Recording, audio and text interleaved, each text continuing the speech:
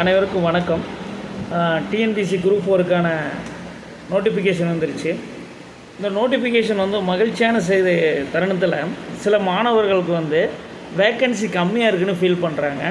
So vacancy பற்றி first பாயிண்ட்டை நினச்சிக்கோங்க. வேக்கன்சி பற்றி நீங்கள் ஃபீல் பண்ண ஆரம்பிச்சிங்க அப்படின்னா உங்களால் தேர்வில் சக்ஸஸ் பண்ணுறது ரொம்ப கஷ்டமாயிரும். வேக்கன்சி பற்றி நீங்கள் நினைக்காதீங்க. வேக்கன்சியோட கால சூழல் எப்படி வேணுமாலும் இருக்கலாம். தேர்வு முடிந்ததுக்கப்புறம் இதற்கு முன் நடந்த குரூப் 4களும் இதற்கு முன்னாடி டிஎன்பிசியில் குரூப் 2 போன்ற தேர்வுகளுக்கும் தேர்வு முடிந்து கவுன்சிலிங் போகும்போது சில கூடுதல் இடங்களை ஒதுக்கீடு செய்து பணி நியமனம் செய்யப்படுறாங்க. அது அந்தந்த சூழலுக்கு ஏற்ப அரசும் டிஎன்பிசியும் சேர்ந்து பணியாட்களுக்கு தேவைக்கு ஏற்ப மாறுதலுக்கு உட்பட்டது.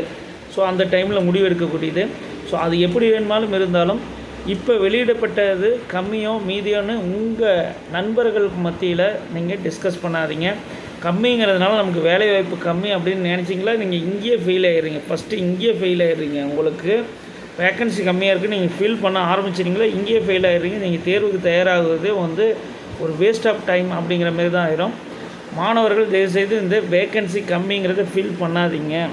ஸோ கிடைக்கிற வேக்கன்சியில் நமக்கு தேவை. நீங்கள் என்ன ஒரு போஸ்டிங்காக உங்களுக்கான ஒரு போஸ்டிங்காக போடுறீங்க. நீங்கள் எத்தனை வேக்கன்சியாக இருந்தாலுமே இந்த தேர்வுக்கு நீங்கள் ஆல்ரெடி தயார் நிலையில் தான் இருக்கிறீங்க.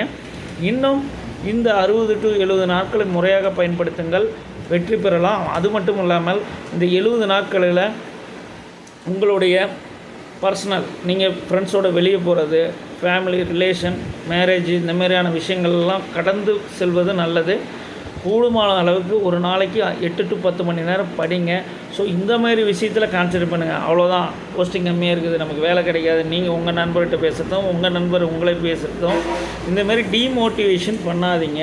உங்களுக்குள்ளே டீமோட்டிவேஷன் பண்ணிங்க அப்படின்னா ஃபஸ்ட்டே இங்கேயே நீங்கள் இன்னும் எலிஜிபிள் பர்சனாக மாறிடுறீங்க. இங்கேயே நீங்கள் அந்த காம்படிஷன்லேருந்து வெளியே போயிடுறீங்க. ஸோ அப்படி இருக்கும்போது நீங்கள் எப்படி தேர்வுக்கு தயாராகி நீங்கள் பாஸ் பண்ண முடியும்? வேக்கன்சி கம்மின்னு மட்டும் மாணவர் மத்தியில் நீங்கள் ஃபீல் பண்ணாதீங்க.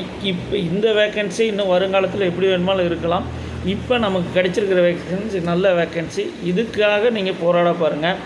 எப்படி வேணுமாலும் அமையலாம். ஸோ தேர்வு முடிந்ததுக்கப்புறம் இதற்கு முன் நடந்தது போல் நடக்கிறதுக்கான வாய்ப்புகளும் இருக்கலாம், இல்லாமல் இருக்கலாம். ஸோ அதை பற்றி நீங்கள் ஃபீல் பண்ணிங்களா, இப்போ நீங்கள் தேர்வுக்கே தயாராக முடியாது. ஸோ அப்போ நீங்கள் இது இவ்வளோ நாள் இப்போ ஒரு 3 வருஷம் அல்லது 2 வருஷம் 1 வருஷம் நீங்கள் எவ்வளோ நாளாக படிச்சுட்ருப்பீங்க. ஸோ இப்படி நீங்கள் இவ்வளோ நாளாக படிச்சுட்டு இருந்து வேக்கன்சி கம்மின்னு ஒரு எண்ணத்தை உங்கள் மனசில் திணிச்சிக்கிட்டு நீங்கள் எக்ஸாமுக்கு படிச்சிங்க அப்படின்னா உங்களுக்கு மைண்ட் செட் எப்படி உட்காரும்? உங்களால் எப்படி படிக்க முடியும் ஃபஸ்ட்டு சொல்லுங்கள். ஸோ இன்னும் நீங்கள் முதல்ல இந்த வேக்கன்சி கம்மிங்கிற மைண்ட் செட்லேருந்து தயவுசெய்து மாணவர்கள் அனைவரும் அதிலேருந்து வெளியே வாங்க. ஸோ கிடைச்சிருக்கிற வேக்கன்சியை நம்மளுக்கான போஸ்டிங்கை எடுக்கிறதுக்கான அதுக்கான வழிமுறைகளை பாருங்கள். அதில் நம்ம என்ன பெஸ்ட்டாக இன்புட்டு கொடுக்க முடியும்னு பாருங்கள். முடிஞ்ச வரைக்கும் நம்மளால் எக்ஸ்ட்ரீமாக ஒரு விஷயத்தை படித்து சக்ஸஸ், அதாவது நம்ம அந்த எக்ஸாமை எழுதணும். உங்களால் முடிஞ்ச வரைக்கும் எவ்வளோ படிக்க முடியுமோ அதை படித்து எக்ஸாமுக்கு போகும்போது வரைக்கும் உங்களுக்கு கான்ஃபிடெண்ட்டாக உங்களால் ஒவ்வொருத்தருக்கும் ஒவ்வொரு பெஸ்ட்டு இருக்கும். இப்போ என்னால் ஒரு 10 கிலோமீட்டர் ஓடுதுன்னா என்னோட ஒரு சின்ன பையன் அவன் என்னோட மீதியாகவும் ஓடலாம், கம்மியாகவும் ஓடலாம். ஸோ ஒவ்வொருத்தருக்கான கெப்பாசிட்டி இருக்குது. அந்த கெப்பாசிட்டி பேஸ் பண்ணி நீங்கள் எவ்வளோ உங்களுக்கு எவ்வளோ பெஸ்ட்டாக பண்ண முடியும். ஸோ அதை எக்ஸ்ட்ரீமாக பண்ணுங்கள். இந்த 70 நாள் தான் இருக்குது. 70 நாள் போகிற டைமிங்கே தெரியாது, அவ்வளோ ஸ்பீடாக போகும். இதுக்கு முன்னாடி உங்களுக்கு டைம் போகலையே அப்படின்னு ஒரு மாதிரி ட்ரையாக ஃபீல் பண்ணுவீங்க. இப்போலாம் டைம் ரொம்ப மின்னல் வேகத்தில் போகும் பாருங்கள். நீங்கள் என்ன படிக்கணும்னு நினைக்கிறீங்களோ அதை கூட உங்களால் பண்ண முடியாது. ஷெட்யூல் போட்டுக்கோங்க. ப்ராப்பராக ஷெட்யூல் படி நீங்கள் படிங்க. ஒவ்வொரு நாளும் படிக்கிறது அன்னைக்கு ரிவிஷன் பண்ணுங்கள். அப்படி முடியலன்னா வாரத்தில் ஒரு நாள்னாச்சும் ரிவிஷன் பண்ணுங்கள். இந்த மாதிரியான தொடர் ரிவிஷன் மட்டும்தான் உங்களுக்கு சக்ஸஸ் கொடுக்கும். ஸோ